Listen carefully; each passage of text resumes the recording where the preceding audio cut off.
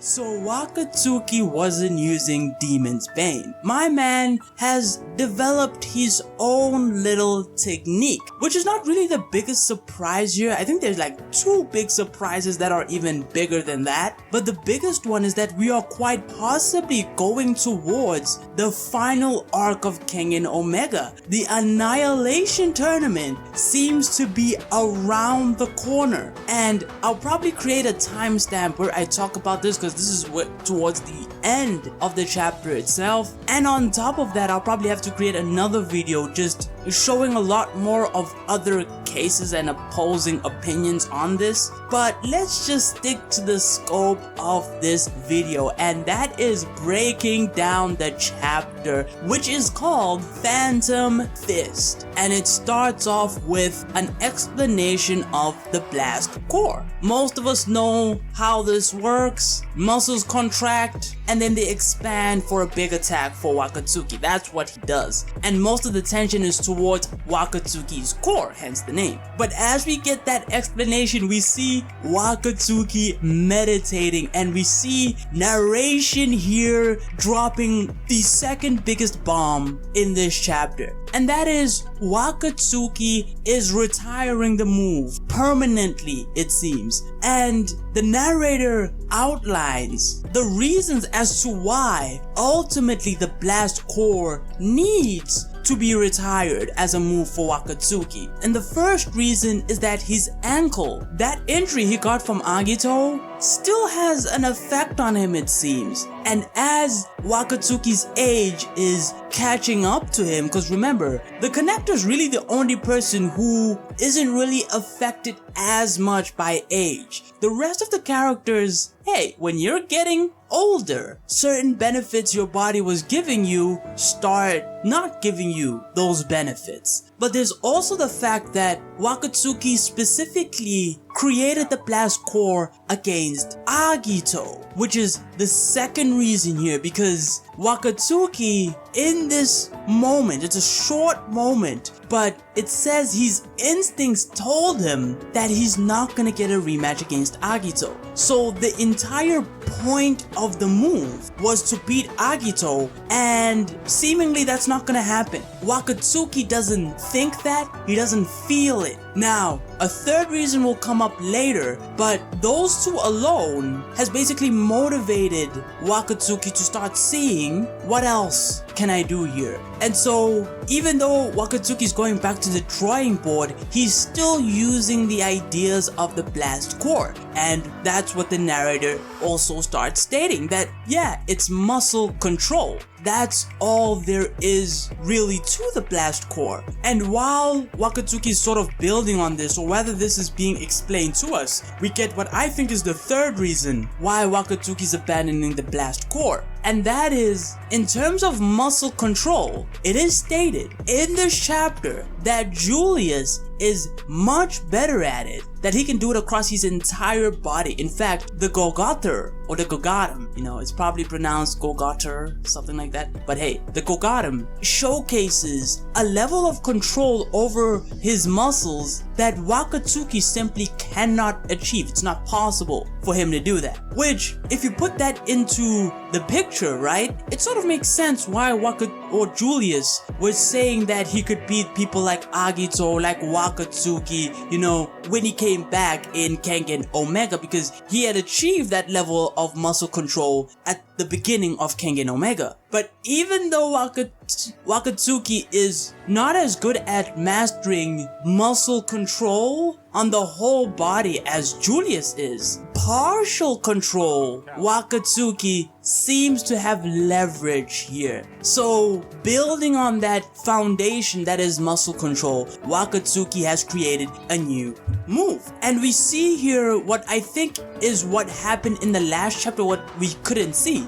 Because in the last chapter, we could only really see Omori sustained an injury towards one part of his shoulder. I think it was the right shoulder, or his right shoulder. The reason I speculated that it was some form of Demon's Bane or a redirection of some sort was because we didn't really see Wakatsuki attack. apparently, the reason we didn't see Wakatsuki attack is because his attacks are just that fast now. So we see him use this technique again. This time he goes to the opposite side of Omori's shoulder. And this seems to hurt a lot. Omori, he's gritting his teeth, falling back as well, it seems. Metsudo and Yoshika, they're also surprised as well. Wakatsuki closes in, right? He starts trying to put more pressure on Omori. But Omori, you know, he stands his ground and he tries going for a strike. And we see just how fast this attack is, because as Omori is going in, trying to go for a straight right punch, we don't see Wakatsuki moving for the majority, or it's really 2 panels here that show that Omori actually throws the punch first, but Wakatsuki's punch is the one that lands on him first. So he tried doing a right hook, not a straight right punch, and Wakatsuki's straight right punch is just faster than his attack. And unfortunately, it lands clean on Omori's cheek. Now, as you would expect, being hit at such a critical spot, Omori stumbles. Doesn't really matter if you're the X-Fang or not in this case, right? A clean shot like that will probably send you going to the floor. And at this point, Omori knows what's going on and he calls out what's going on and he says, so it's a jab that Wakatsuki is doing. And Wakatsuki, he says, yes, you're an astute observer, of course. And Yoshika, he sort of outlines what the Phantom Fist is at this point. It's partial muscle contraction, in this case, using his fist only. So he's able to release that power that is able to go so fast. But Metsudo also starts thinking about the potential of this, because he's like, yeah, the advantage that this has in comparison to the Blastcore is that because the way Wakatsuki is using it right now, and I'll stress that right now,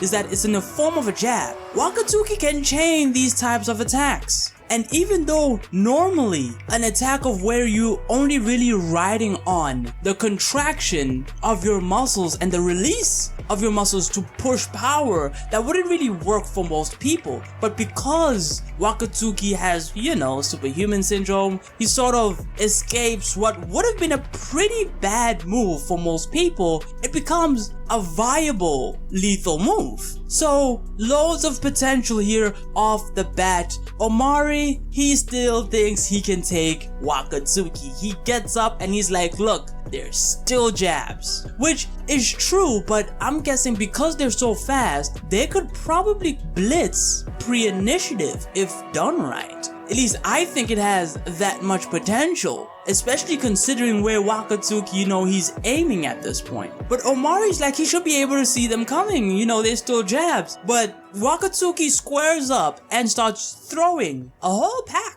of jabs at him. And all Omori can do, after saying all that in his head, he can only stand and take the hits. He can't do anything. He's blocking, and if you were to ever stop and create an opening in order for him to, you know, do something, he would get slaughtered by Wakatsuki at that point. And it seems like he sustained so many punches that he's just out. He's finished. And what this kind of reminds me of, and maybe he sort of thought of Fei Wangfang, there was that huge panel where Fei Wangfang was doing something similar, where he was unleashing so many punches at Wakatsuki. Wakatsuki has been in this situation before. And so I'm thinking maybe he got some inspiration from Fei Wangfang there. But that's it. Wakatsuki's like, yeah, that's as far as I can go, or I think he means as far as Omori can go, because Omori's the one that's really done. Metsudo claps to halt the fight, basically. And Yoshika, he's there like, wow,